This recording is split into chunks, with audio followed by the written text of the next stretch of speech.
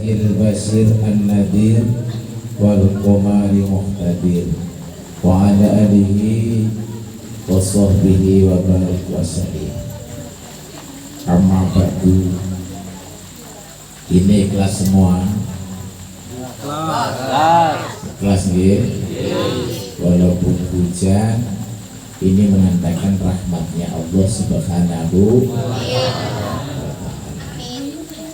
Pada para alim, para ulama, para ustadz, kiai yang hadir pada kesempatan malam hari ini, semoga dirahmati Allah Subhanahu wa ta'ala, diberikan umur yang panjang, sehat jasmani maupun rohani. Saya tidak menyebut nama satu persatu, nanti tidak takut salah. Semua yang hadir, tokoh agama, tokoh masyarakat, juga yang saya muliakan, Bapak, Ibu, hadirin rahimakumullah.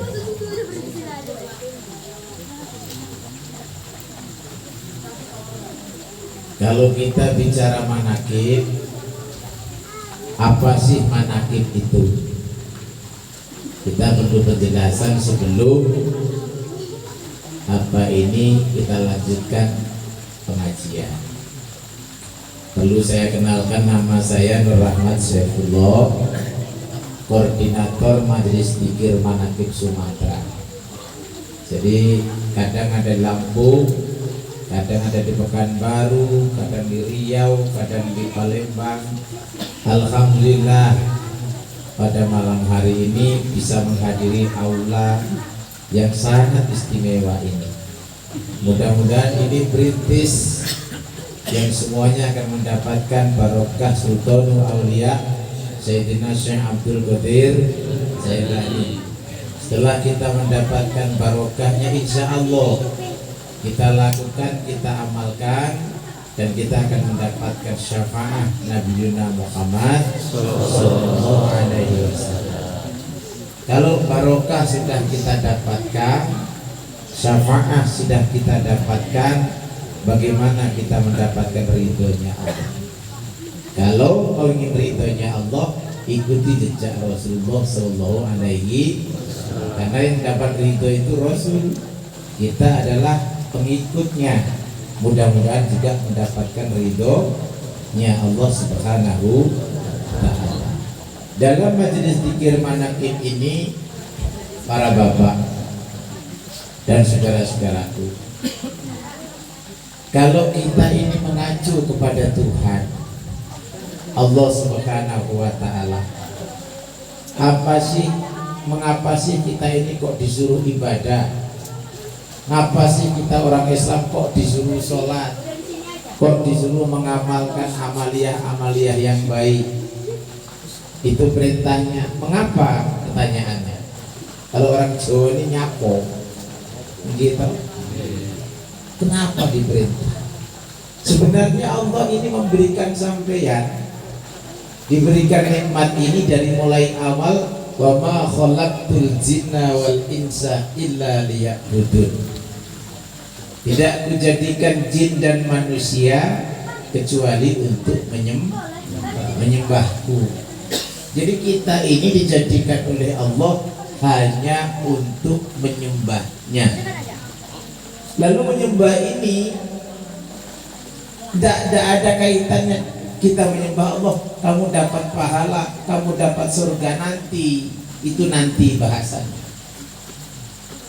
Jadi menyembah Allah itu karena Allah sudah menciptakan kita, lalu Allah memberikan nikmat kepada kita, Allah ciptakan nyawa kita, Allah ciptakan rezeki, Allah ciptakan kenikmatan yang sudah sampai pakai semuanya. Lalu setelah itu kita disuruh menyembah, tapi nikmatnya sudah kita pakai. Mengapa kita kalau masih bermimpi minta pahala, sedangkan semua nikmat sudah sampai pakai? Ini dipahami. Jadi kita ini menyembah Allah amaliyah syukur. atas nikmat yang diberikan kepada kita. Ya Allah, Tuhan itu yang menciptakan kolbu, hati, jantung kita ini. Yang membolak-balikkan jantung kita ini Allah. Lalu Allah itu tidak pernah maha tidur, tidak pernah tidur sama sekali. Sampai tidur, jantung masih berdenyut, ditunggui sama Tuhan, didenyutkan jantungmu, gak pernah berhenti sama sekali. Apa nikmat apa yang sampai pungkiri itu? Sampai berkali-kali di dalam surat Ar-Rahman dijelaskan, fa bi ayyi ala'i rabbikuma tukadziban. Nikmat Tuhan yang mana yang kamu dustakan itu? Gini apa ini? Ini sedikit saya kupas sedikit. Kalau misalnya nikmat jantung ini diberhentikan oleh Allah, masihkah kita hidup? Yakin tidak? Berarti hidup ini yang menciptakan Allah Subhanahu. Lalu apa yang kita sombongkan dalam hidup? Semua akan mati. Yang pangkat, yang jabatan, yang punya ini, punya harta, punya istri 27, mati semua. Betul tidak? Betul. Yang tidak mati hanya satu, yaitu Tuhan.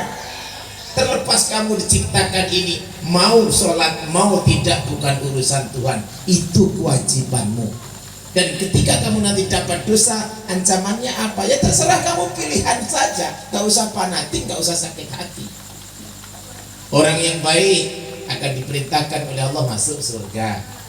Orang yang jelek akan dimasukkan neraka. Berarti ada yang jelek sampai jangan sakit hati, ada yang baik jangan terlalu memuji-muji. Karena itu amaliyah sendiri-sendiri. Tapi kalau kebanyakan dosa, subhanallah, Nabi Adam dosa satu diturunkan di muka bumi, dipisah sama Siti Hawa dan beliau. Sedangkan kita ini dosanya tiap saat. Melalui apa? Mata, pikiran, tangan, mulut, hati. Ini semua mendapatkan dosa. Lalu bagaimana cara kita untuk menghilangkan dosa-dosa ini? Harus sholatkah itu? Tidak hanya seperti itu. Kalau dosa ini ingin hilang, muamalahnya ala bidzikrillahi tatmainnul qulub. Mari kita ingat zikir, karena dalam zikir itu bisa menenangkan hati. Dan salah satunya yang kita ajari zikir, harus punya anak yang soleh, anak yang diridai oleh yang keluarnya dari seorang ibu. Nah ini tausiah sebentar, yuk kita dengarkan anak soleh.